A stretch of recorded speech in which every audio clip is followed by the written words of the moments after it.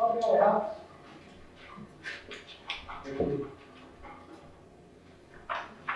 How many of you have heard me speak live before? Okay, how many haven't? Make that clear. Okay, if I can make any shit up today, that's good. That's good.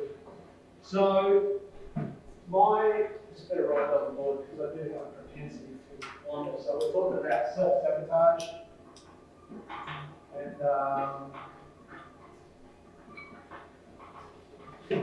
unlimited beliefs. Limiting beliefs. Unlimited beliefs. Good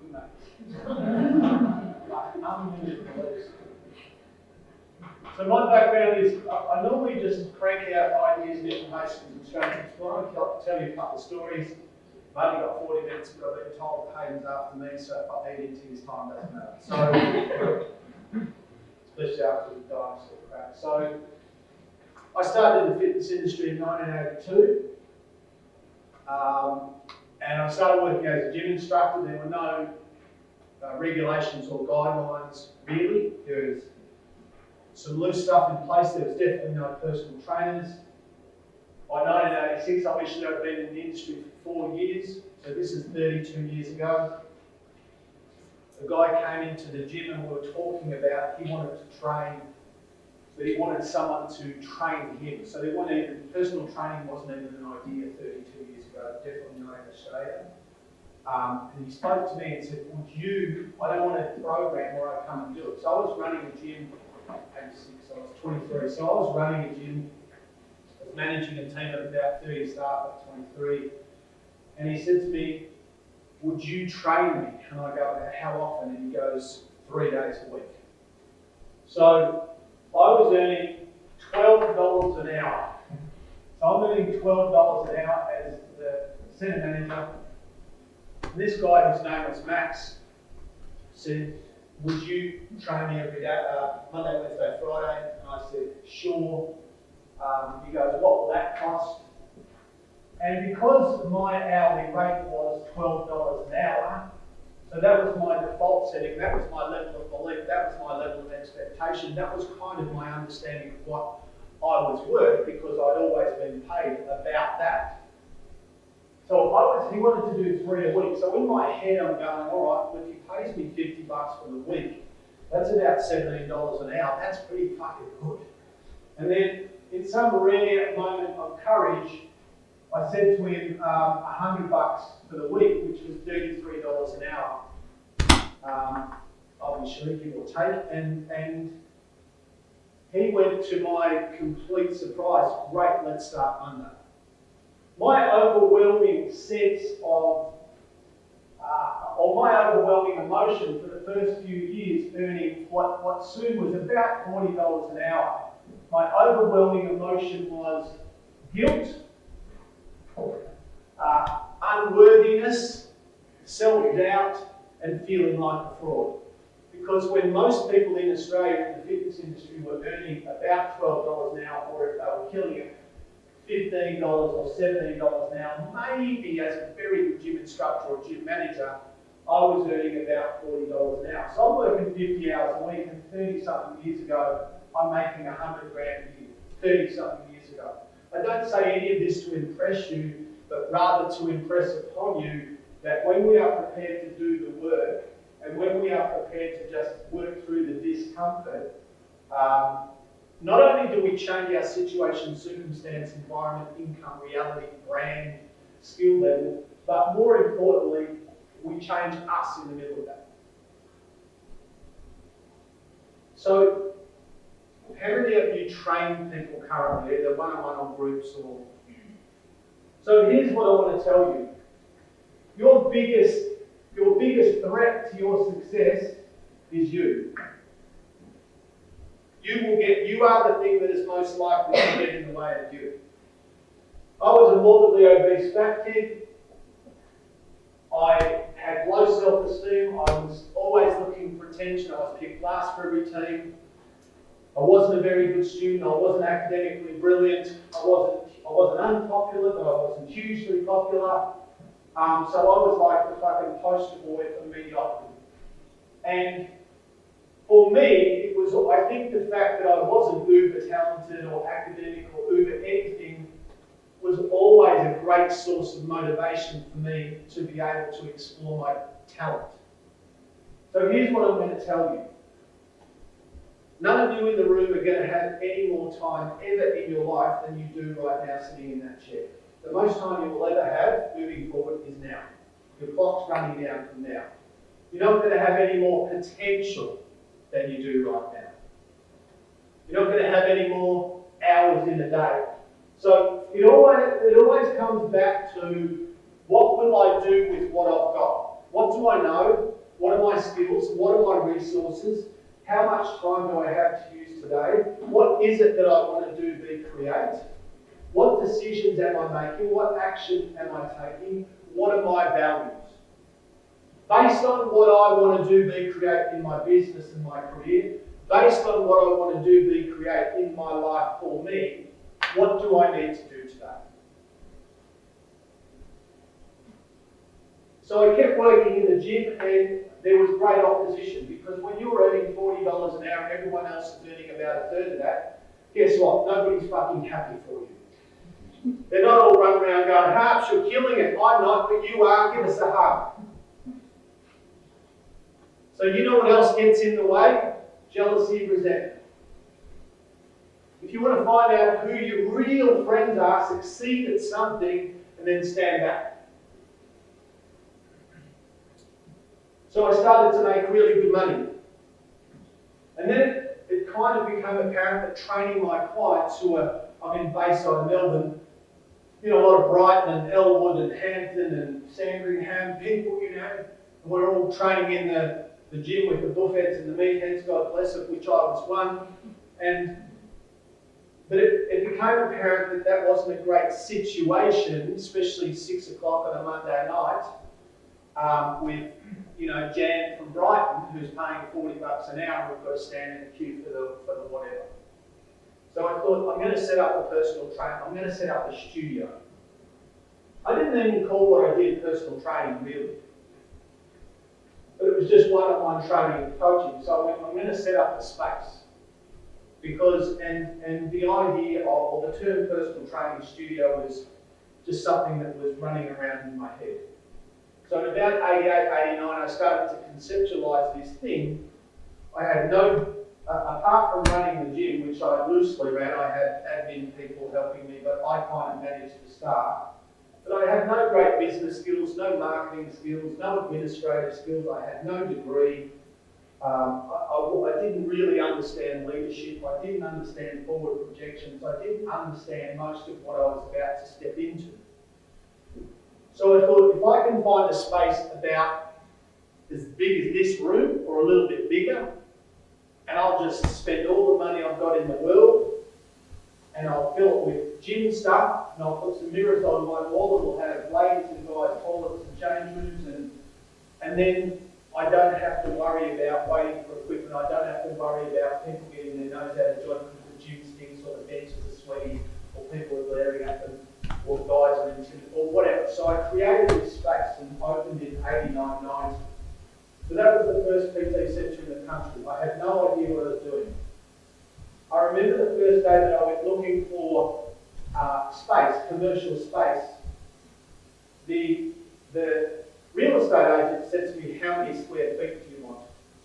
I didn't know what that meant. I go,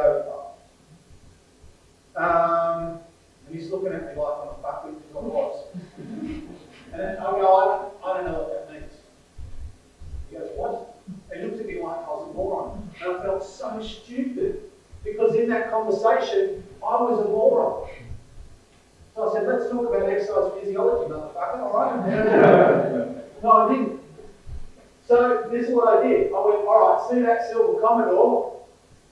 From me to that red Corolla, to that brown Valiant, and back to me. It was like, right, that was me understanding square feet. I said about that big, and then he goes, all right, well, what type of lease do you want? And I said, what kind are they? I didn't know what that meant. That was my starting point. And I won't give you all the bits and pieces, but a decade later I had 3 studios and at one time 120 trainers, and we were doing, in one centre, in my private centre, 80,000 sessions per year, 1,600 per week. Everyone said to me, everyone, including my parents who were business people, my mum was a real estate agent, my dad managed multi-billion-dollar shopping centres, and they said to me, I got a financial advisor, I got a business coach, business advisor. They all said to me, don't do this, personal training is not a thing, it won't work. It'll be a fad that will come and go. And you'll do your dough. My parents said, we love you, but don't do it, you'll do your dough. So I had $32,600 in the bank. I set up my first studio. At the end of setting up the first studio and paying for everything, I had $150. And I was driving a 15-year-old orange Cortina that blew black smoke. I was killing it. The whole time, I was working against fear, anxiety, overthinking, self-doubt, that feeling of being a fraud. Put up your hand if you ever feel like a fraud, be honest. Put up your hand if you're an overthinker, be honest. How's that working out? It's awesome. So, let me tell you, if you're an overthinker, at the root of that is always fear.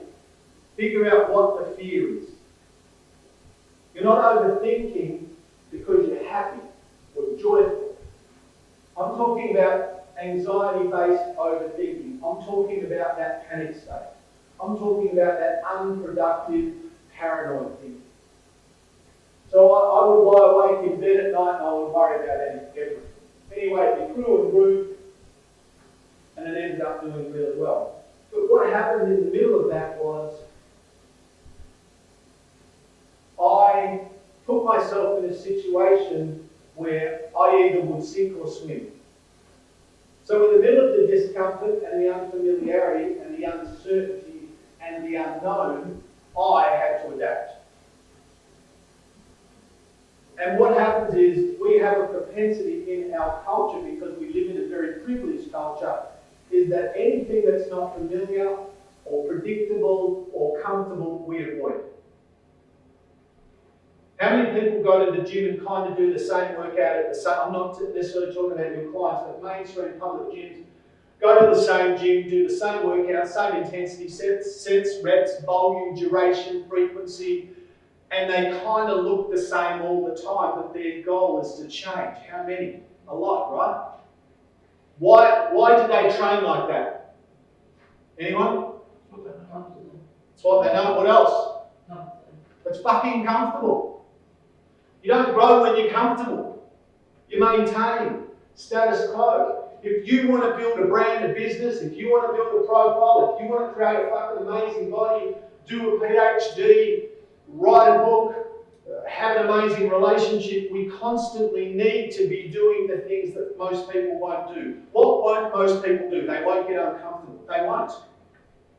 What won't most people do in conferences? They'll come, they'll listen, they'll write notes, they'll nod their head, they'll go home and do fucking nothing with what they heard. That's what most people will do. Why? Because it's hard. It's hard. We're addicted to easy, we're addicted to comfortable, but we don't grow in the middle of easy or comfortable. We grow in the middle of challenging, uncomfortable, unfamiliar. When I put myself in that place where my starting point is I'm not very good. I've done thousands of presentations. My first 200-300 presentations, I got paid between $0 and $100. And 50 of my first 300 were terrible. But I can't master what I don't do. Does that make sense? I can't master what I avoid. So in order for you to overcome the self-sabotage and the limiting beliefs, how do our beliefs change? Not to go, oh fuck, come on. How your beliefs change is when you do things that scare you, you step into the fear, you do the thing, you don't die, and then all of a sudden the fear's not a 9, it's now a 5. Then you do it again, the fear's not a 5, it's a 3, you do it again and again and again, there's no fear, there's just comfort. There's no unfamiliarity, there's now familiarity. There's no terror, there's now confidence. Does this make sense? So we have to be, if we want to be leaders and teachers and coaches and fitness professionals and business creators and successful on a professional, financial and personal level, we need to be self-aware and say, what's working in my life, what's working in my business? Am I teachable? Am I willing to learn really? Will I listen today? Will I write down the shit that resonates? And then will I fucking do something with it? Or will I just be the person, oh yeah, and then step back into Groundhog Day? Like, that is the thing. I know that I can come and talk for 40 minutes and motivate and inspire. I know I can. I know I can share stories and ideas. But what really matters to me at 55 years of age is the people that I work with and encounter and meet. What really matters to me is what you do when you leave today. Because what you do when you leave determines what will happen next, not what you hear today. Because you're all hearing the same stuff. Life's not a bunch of words. Life's not a theory. Life's not a workshop. Life's not a conference. So what I care about is, with all the speakers today, even Hayden. Love you, mate. What I care about is, does that make sense? How many knowledgeable people achieve fuck all? Heaps. How many people who no college degree, they're not super talented, but there's just something incredible about their mindset. How many people do extraordinary things when you go, how do they? Do you know why? Because they have an internal default that says, I don't care if it's hard, if it's uncomfortable. I don't care what people. I'm not trying to keep everyone in the world happy. I'm trying to live in alignment with my values and my purpose and my goals. Does that make sense? Write this down. What are my values? What's my purpose? What are my goals? What are my values? What's my purpose? What are my goals?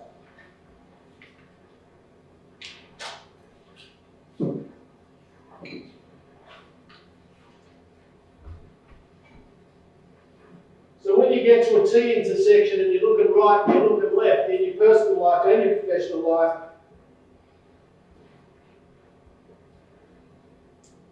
default to that. What are my values? What's my purpose? I used to think my purpose was making money. It wasn't. I was a millionaire by the time I was 30. I don't say that to sound impressive. It's just part of my story. I was a millionaire in the middle of all of my stuff, my cars, my house, my awesome shit. That's back when a million was a lot. In the middle of all of that, I was still an overthinker. I still had a big ego. I was still insecure. I was still doing dumb shit because I was externally killing it, but internally bankrupt. Mentally, emotionally, spiritually, all over the shop. So this is our challenge. So we live in this external, physical, three-dimensional world, and this is where life happens. Situations, circumstances, money, people, cars, jobs, brand, biceps, abs, whatever, education, government, weather, all of these external results, outcomes, all of these external things that impact us in some way. But in the middle of all of that, there's you, the experiencer of all of this, the decision maker, the action taker, the brain builder, the creator, the thinker, the conscious, ever-evolving human being that you are. And this stuff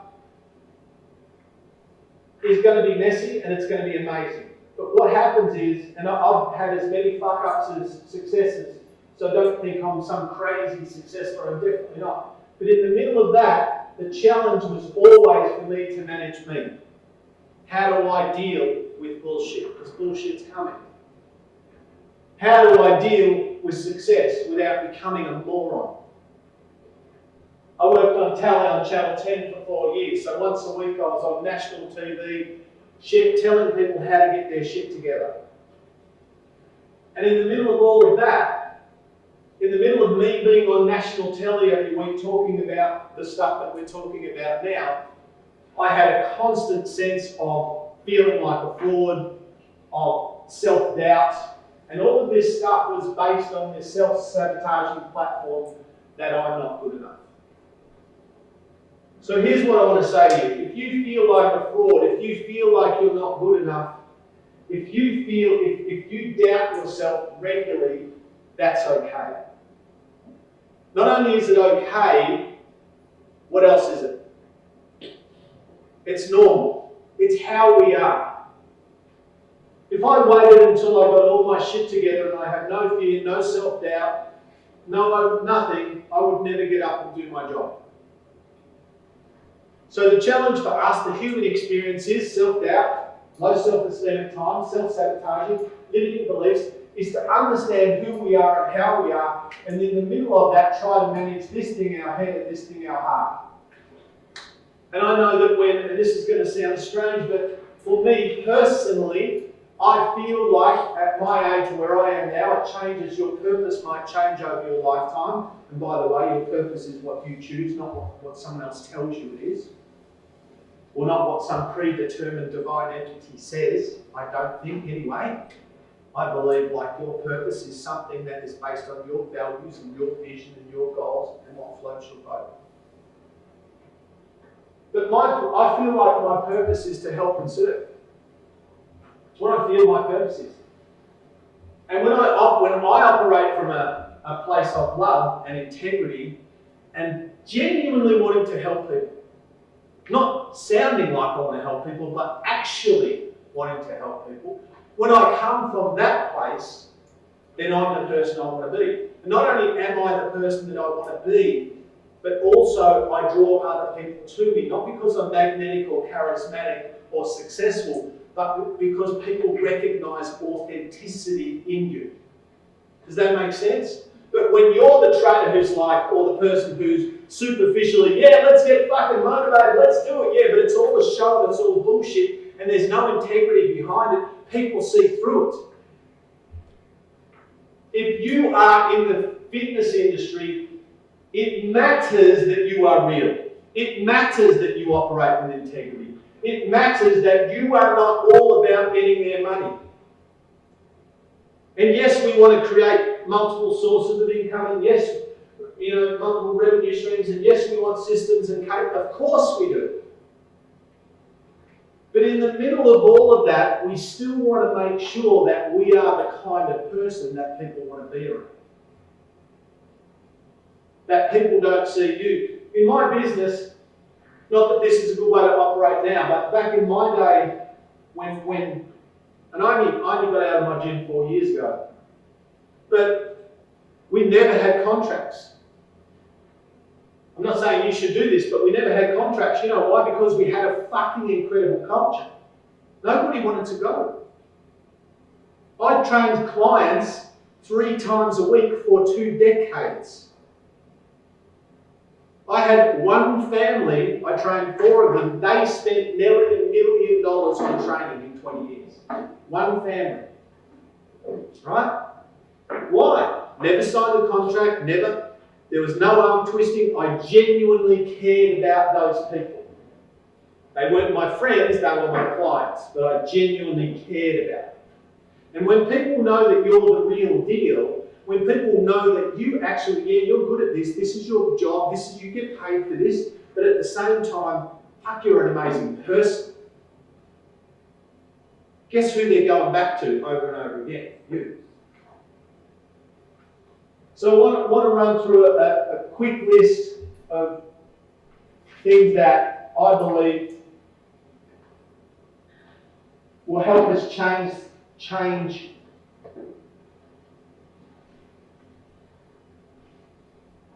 the way that we believe and the way that we process the world around us and the way that we see us in the world.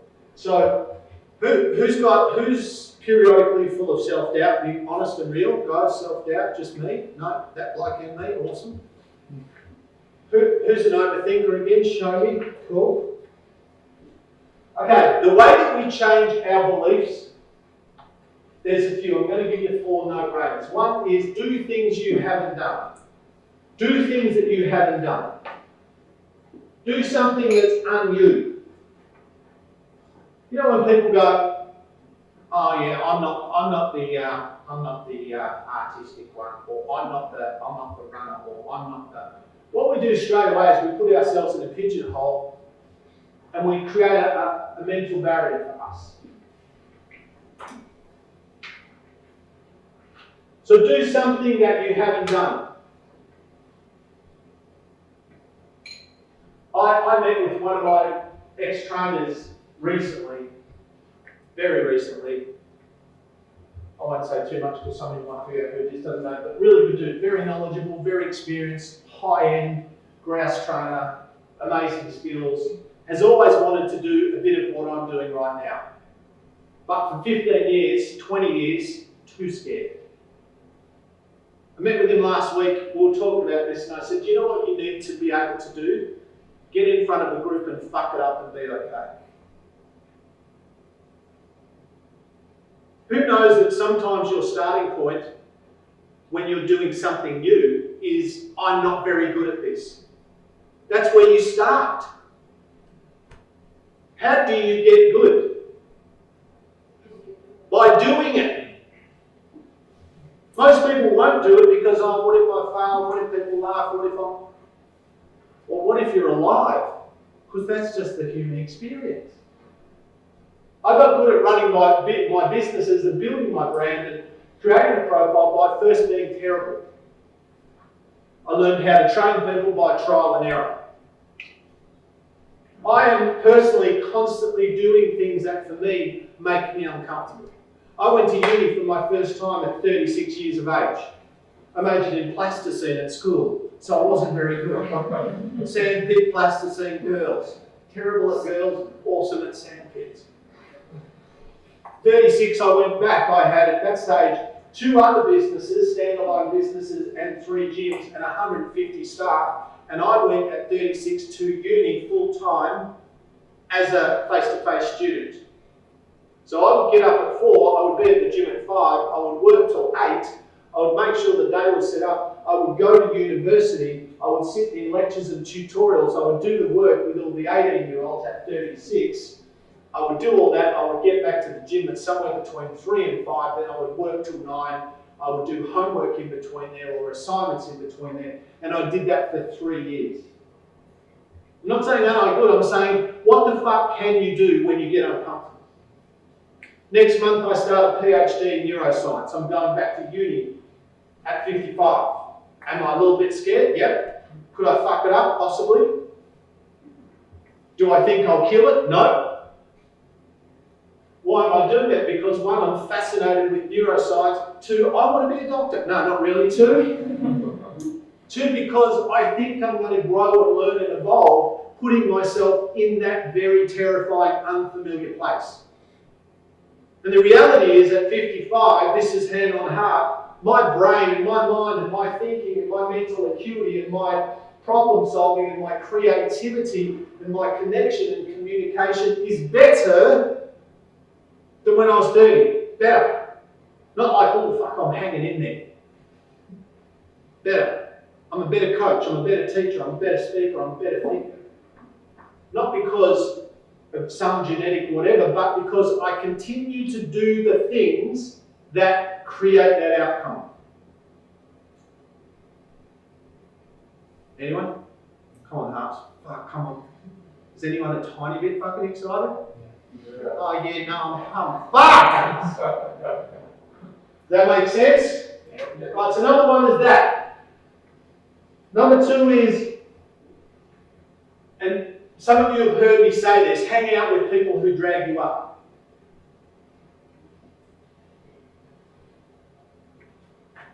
I only choose to spend time with, I'm not talking about if I'm coaching someone, but typically I only choose to spend my personal time with people that I feel are a positive in my life. I spend a lot of time helping people who are in dark places, but that's what I feel my calling is. But when I'm not doing what I think is my calling to humanity, it's just me. I just want to spend time with people who can teach me or enlighten me or build me up, and I will do the same for them. Hang out with people who drag you up. Who you spend, if you find yourself in the middle of a conversation, a situation, or a group whose default setting is whinging, bitching, complaining, and finger pointing, get the fuck out of that group. Get out of that group. Do not get into that toxic bullshit, because you'll wake up in a minute, you'll be 5 years older, and you will be one of those negative people that blames everyone for what you haven't achieved in your life. Control your controllables. Number 3.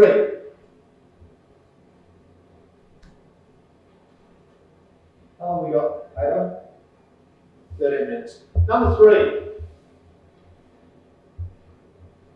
Expose yourself to new ideas, new data, new stories, new information, and do it constantly.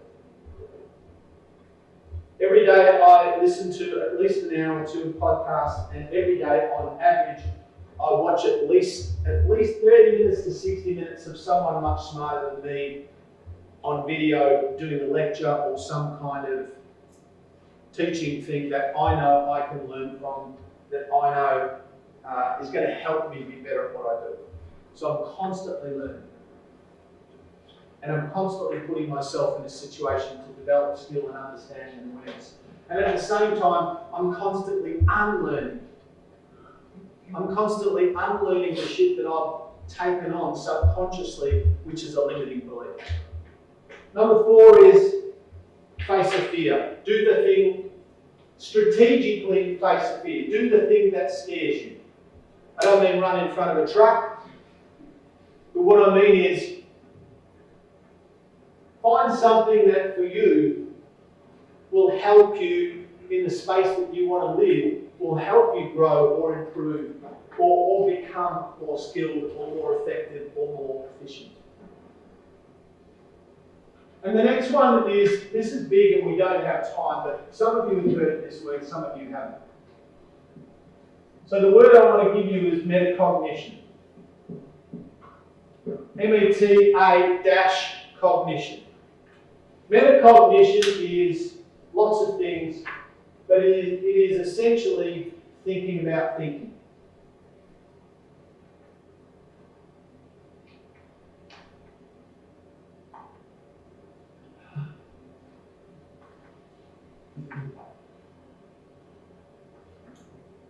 So all of you are sitting in this room right now, we've got 40 people listening to the same guy at the same time. We're all reading the same stuff on the whiteboard, we're all hearing the same words.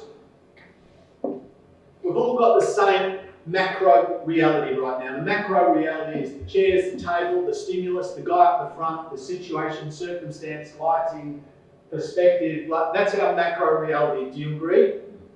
Okay, our micro reality is we're all having a completely different experience. Do you agree? And our different experience is based purely on our thinking. Do you agree? And how we think is optional. Do you agree? How we think is optional. But for the most part, we don't think different. Your anxiety is quite often a byproduct of your thinking. Your fear, the emotional state of fear, and the subsequent physiological state of adrenaline, cortisol, norepinephrine, elevated heart rate, sympathetic nervous system, etc., etc., etc., is quite often a byproduct of an idea. Fuck, what if I'm no good? If I was up here right now, and I had a thought, and the thought was, this is going fucking terrible. They hate me, they don't like this. I'm crashing and burning. That was my thought. If that was my thought and I believed that thought, what would the emotional response be? Fear, anxiety, self-doubt, self-loathing, all of that based on a thought. Now let's assume that you're not hating me. But let's assume that I genuinely believe you are. So my thought is, so it starts with cognition. So it starts with a thought, head. It follows by an emotional response. Self-doubt, self-loathing, anxiety, Then it's followed by a physiological response. Respiratory system, cardiovascular system, endocrine system, nervous system, muscular system. Now, because of the way I think, I am now in a panic state. Not because of what's going on around me, but because of what's going on within me. Does this make sense? What stresses you is not situation, circumstance, environment, external stimuli. What stresses you is the story that you tell yourself about it. Your biggest challenge, and I know this seems like a behavioural psychology lecture, but all I care about is you understanding you not getting in your own way, you being prepared to go, you know what, I'm going to try this, it might not work out, that's okay. So subjective reality is all of us in the same place at the same time having an individual experience. Is it possible that hearing the same guy share the same words is creating responses from this is amazing to this is shit house? Is that possible? From this is fascinating to this is boring, I know this. That's possible. So metacognition is you starting to think about how you create reality. Is this really a problem or is this my story? Is he really an XYZ or is that my story? And if he is an XYZ, well, does it matter? Do I need to waste? Is that a good use of my time and energy and focus? Or that thing that happened last week that now I'm dragging that around. This is how we self-sabotage. We hang on to shit that doesn't even exist anymore except in our emotional system. As anxiety, as anger, as fear. I'm not saying therefore just let it go. Yes, it is a process. But you can't undo shit that happened a week ago. But what you can do is keep dragging it around like a fucking emotional anchor. And then you wake up and you're 50. I constantly talk with people who are talented, who are clever, who are educated, who are wasting their potential. They're wasting their time. And I constantly meet people who blow me away with the shit that they do.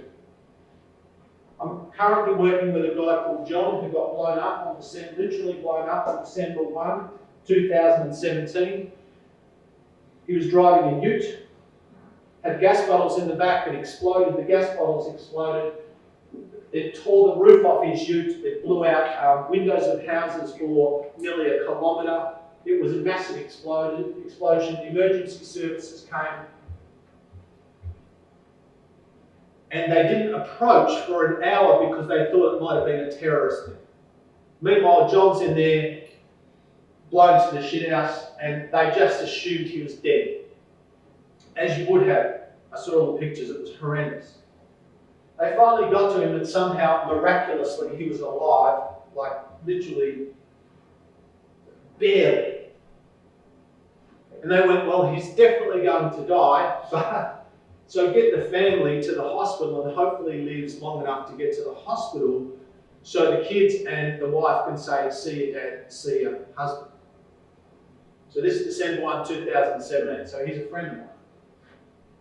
So I get this phone call, I'm like, well, obviously I'm upset, I can feel helpless.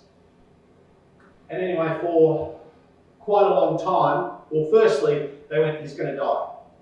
There's like a less than 1% chance he'll live, and if he does live, they didn't say this, but they were kind of inferring, you don't want him to live because he's going to be so broken and so physically and mentally, like he'll be a quadriplegic, he'll have limited or no brain function. 10 days or 12 days maybe later, so he was in a coma and he didn't die. And they're like, oh fuck, he didn't die. Every day he didn't die. And then he woke up 10 days later, eyes open, can't talk, don't know what cognitive function's going on. And so I started going in and seeing him, hanging shit on him, that's how I roll. These nurses, what's going on there? Got me to do a sponge bath, the old fucker, you ready? Stuff like that. And they're like, well, and he started to regain a few words, and there was cognitive impairment, but wasn't as bad as they thought. Had no movement, then start to move the finger. Anyway, I'll give you the quick story. So now I've been training him for. He was in hospital for 5 months. The day after he got out of the hospital, which he should never have gotten out of hospital, I started training him in a wheelchair. So I've trained him 3 days a week. obviously, I don't, he's a passion project. I've trained him 3 days a week, and he's now walking, talking, and driving. Right? And in the middle of all of that, his overwhelming mindset was not self-pity, was not why did this happen to me. His overwhelming emotional state and mindset is gratitude. Like, I hug him, I cry, he cries. People in the gym cry. Like, he walks in like this with his sticks. I give him a hug, I hang shit on him. He's got social connection, he's got people who care about him.